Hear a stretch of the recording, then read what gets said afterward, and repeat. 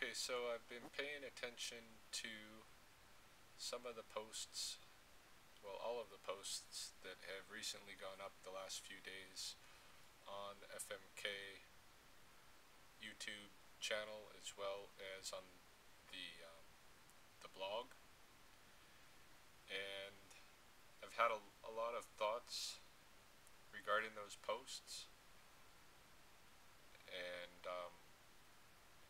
I want to share one of those thoughts this evening, and I want to frame it through an analogy.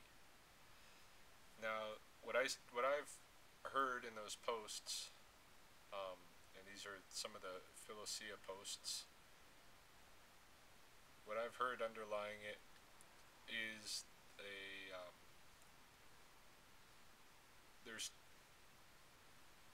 two dilemmas. Well, one dilemma and one concern. The concern, we'll start with that. The concern is that there's martial arts schools out there billing themselves inappropriately as such and such an art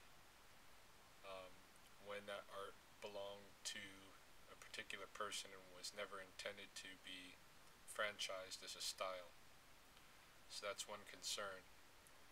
The other thing is the dilemma. And the dilemma is it's kind of a business dilemma, but it's also a dilemma in terms of the best approach for the best um, outcome for society as a whole. And that question is, when you have a martial arts school, is it better to have a highly structured and uniform curriculum such that um,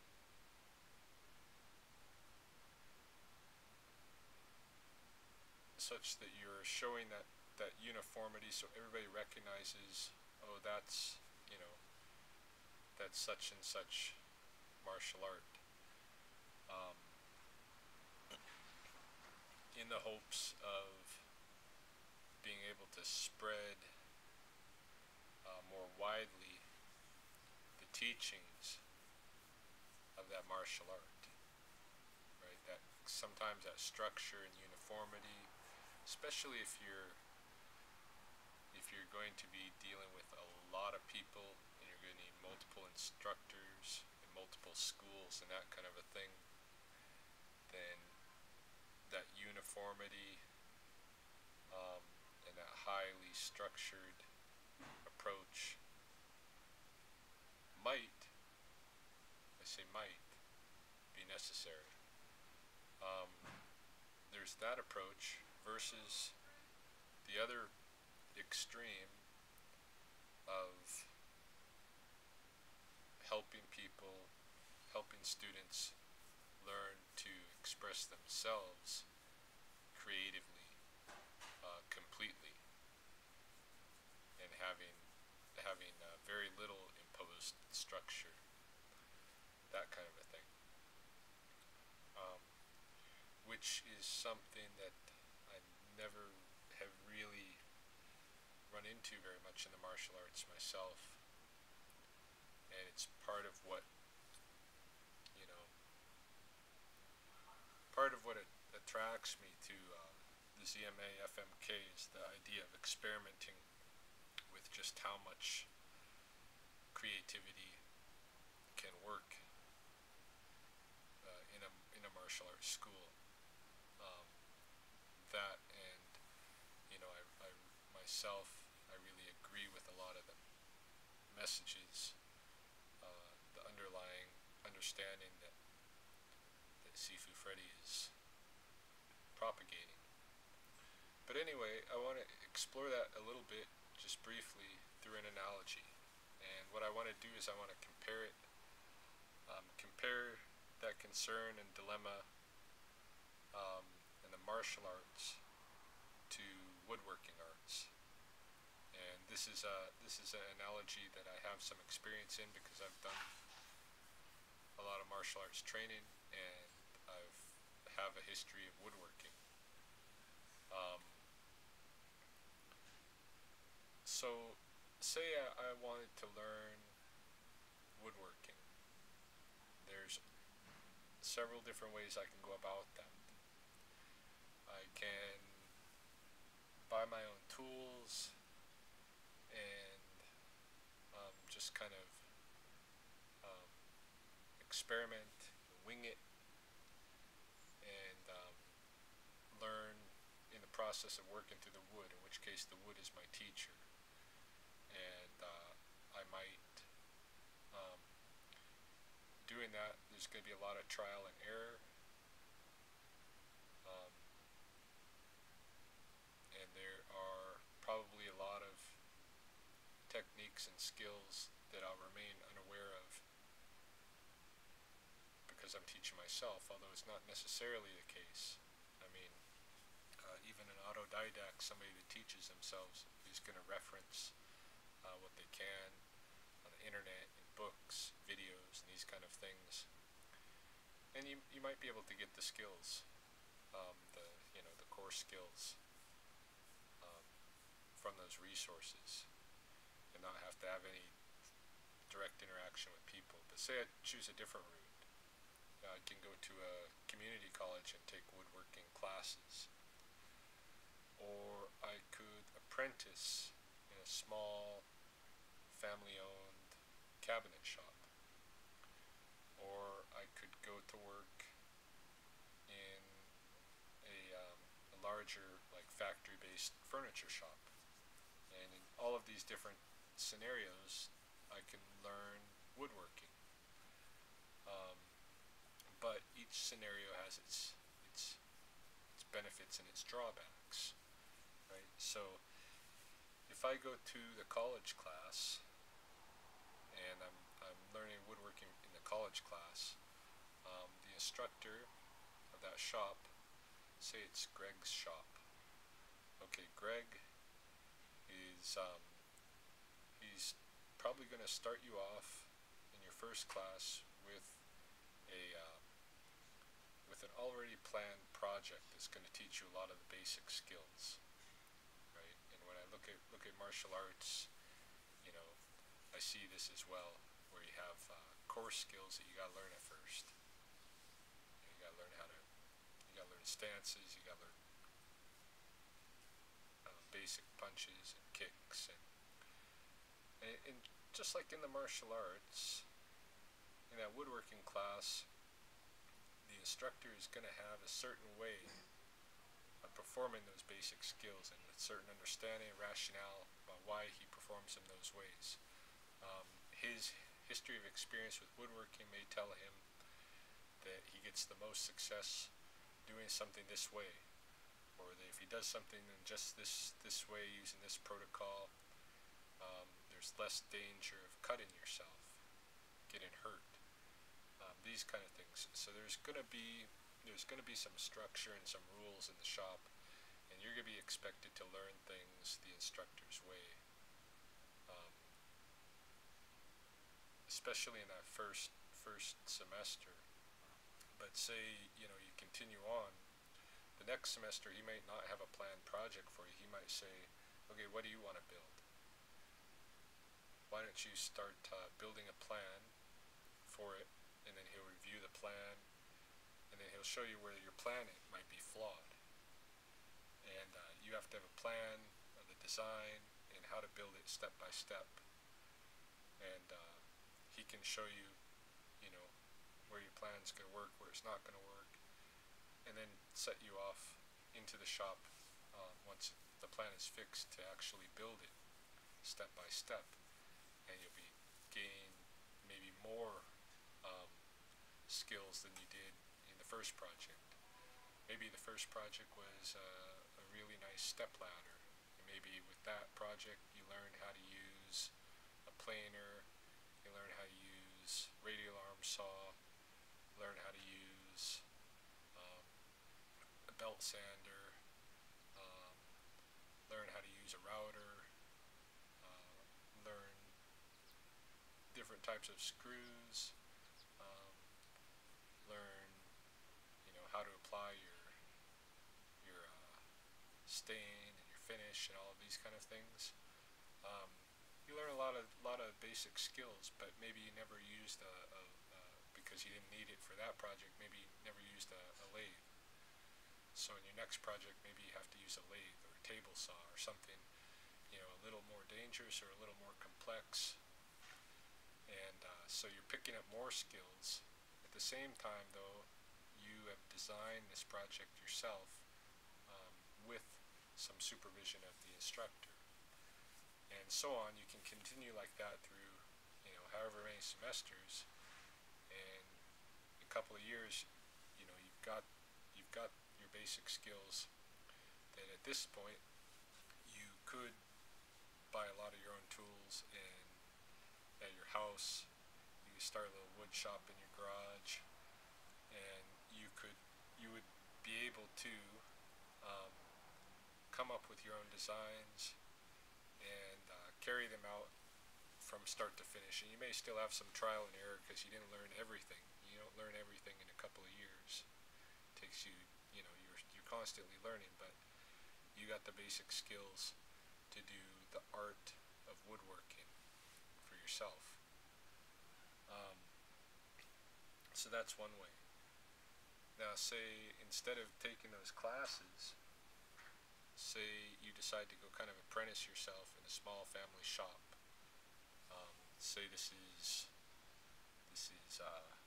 George's Peterson family cabinets. Peterson family cabinets. All right. So in Peterson family cabinets, it's a small shop, and they do have some designs that they make regularly for people. It's kind of their initial bread and butter, but they also take a lot of commission stuff. Somebody comes in with an idea. I want to have such and such a table built, and I want it to look like this. Then Peterson family, they have to come up with the design and carry it out, build it, right, on commission. And so in that case, when you walk in the door, you might only be again, you're going to be taught some really basic skills, and those are the things you're going to be in charge of doing for a while. Is using some really basic tools, things where you're not going to probably mess up the product too badly if you screw up with what you're doing, because it's a small shop and they're going to be worried about you can't take a lot of loss. So you'll be in charge of that for a while, but you'll also be kind of coached and observe some of the more complex things, and eventually you'll get into those complex tools and techniques. And if you stay in that shop for a number of years, you're going to learn how to make their core products. You're going to learn possibly how to design products yourself if they involve you in that aspect of it, which it really depends on what your relationship to the Peterson family is, whether they're going to involve you in the design. And then you're gonna have all those woodworking skills that you know how to carry out the design and realize it. So there's that way of approaching the learning of woodworking art. And then there's the going to work in the furniture factory. Say you go to work for Dell's Furniture, and in Dell's Furniture, they have models that they've designed, furniture models that they've designed, and your job is going to be somewhere along the assembly line to do part of the construction. So you're going to be trained in that part of the construction, and when the project gets to your point, you're going to do that part and then send it along the line to somebody else to do the next part. If you work in Dell's furniture for a number of years, you may get to shift to different positions along that line, get a bunch of experience using different tools, different techniques.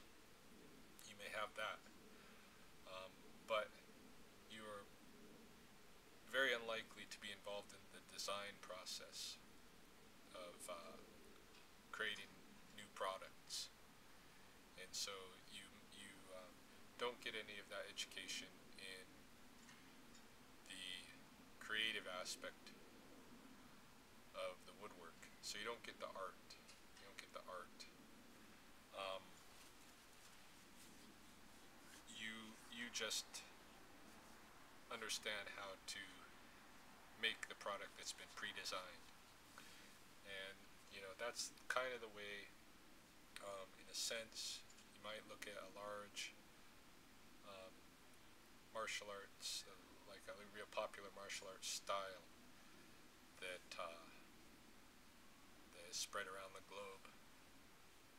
There might be, um, you know, certain way of doing things, highly structured, and you have to follow that high structure, and it's actually might be frowned upon to get creative.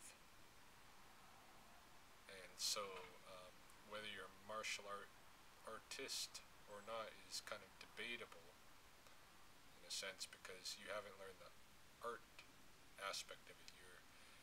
You're just in the product aspect. Um,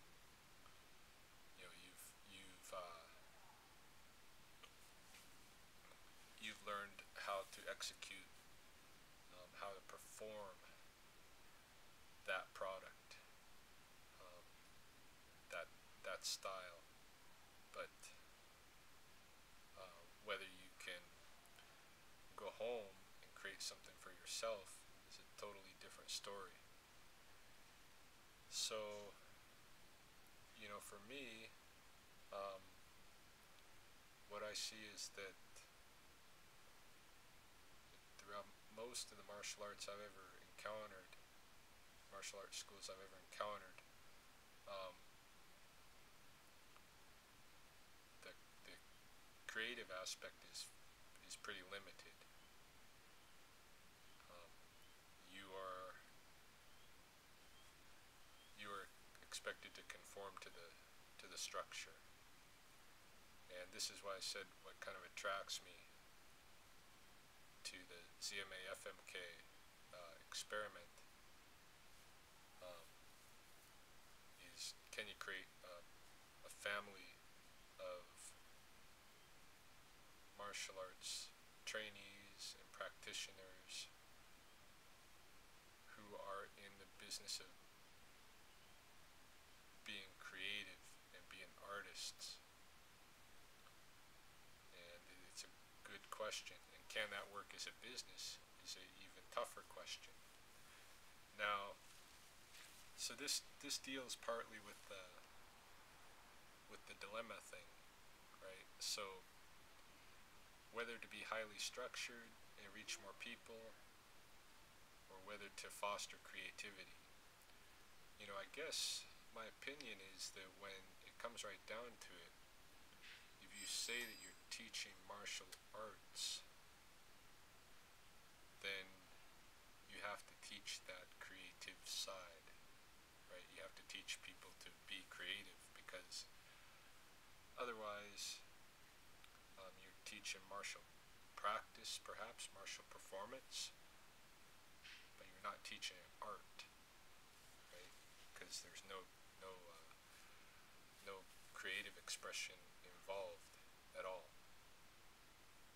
Um, so that's something to consider. On the other hand, when you're talking about a business, when you're talking about Dell's cabinets, or Peterson family cabinets, or Dell's Furniture, um, they're a business, so they can only allow you to be so creative. Um, maybe Peterson's family cabinet. Maybe Peterson. Maybe he's got, a little kind of a style of his own. Maybe there's something, you can, if you see something, a a piece of furniture, or cabinet of some sort, you might recognize it. Yeah, that's Peterson made, because you can just see it in it, the expression that the little bit of flair, the little bit of style that Peterson has, that shows up in that cabinet, right? So in working for Peterson, you're going to learn to mimic that style and that flair. Now, say um, down the road you don't want to work for anybody and you're done taking your classes or whatever, and you're going to do your own thing, right? So if you walk away from your community college and you walk away from Greg's shop or whatever, you've got your skills, you've learned to create, and you buy some tools and you start creating stuff at home in your garage or whatever. Um, you're a woodworking artist. However, if you're not creating, if you're just taking the plans that you had in those classes, so you take that step ladder plan that he first showed you how to make to get your basic skills, and you're reproducing that step ladder over and over and over and over again.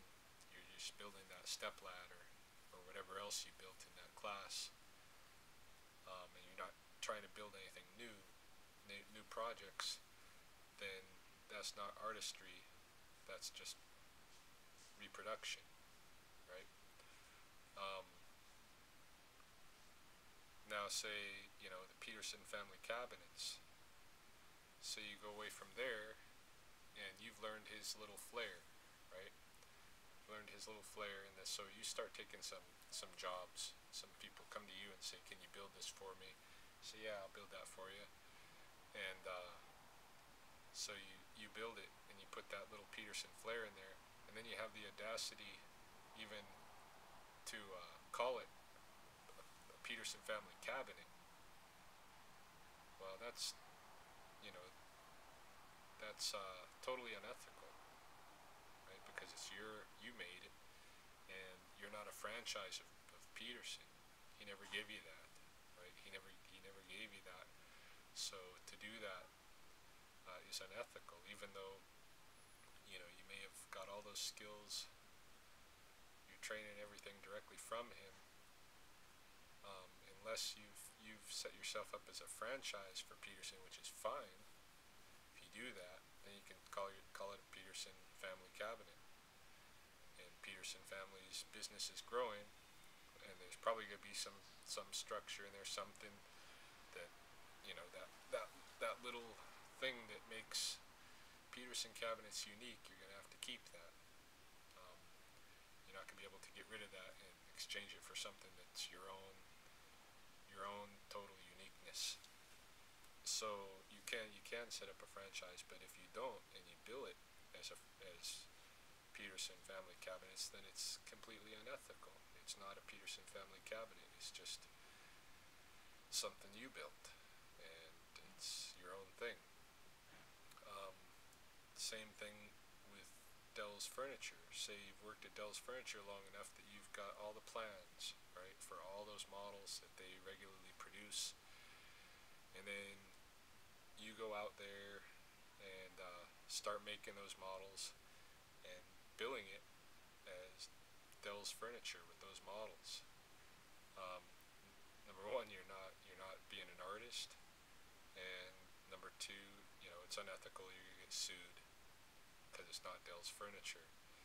Um, at the same token, maybe Dell's Furniture wants to expand and make another factory. In that situation, you can take all those plans over to that other factory and produce those same um, pieces of furniture using those same plans and such, and that's fine. You're working with your work. You're still, you're basically working for Dell, and you're building a product. But you're not an artist, right? So these are the kind of things. These are the kind of things to consider. Um, Me at this point, like in terms of martial arts, I still am amazed at how little control I can have over my body, where something new that should be able to perform something new fairly effortlessly, I think, um, struggle to learn it. And so, I have not been at that um, point where I've thought, oh, it's time to create to do the creative stuff and be my own martial artist, rather than a practitioner of a certain style. That's the challenge that Sifu Freddy put out, and I think that challenge is a worthy challenge. And now I'm getting highly interested in that challenge. Um, at the same token, I understand that the school, the the FMK ZMA school, is a young small school, and hoping to be successful. And how do you best make that happen? Do you do it through uniformity? Do you do it through structure? Um, do you do it through franchising and expanding so you can put the idea out wider? Um, that's been done. And in business-wise, if the concern is strictly business, then that's the way to make a successful business. But it doesn't usually, that approach in other domains does not teach creativity, does not produce artists. So I think the challenge is, can you have a successful business and produce artists at the same time? And that's the big experiment that's very interesting, that we need to find out where this goes. So, with that said, those are just some of my ideas. I have several other ideas, but I wanted to put that analogy out there for consideration.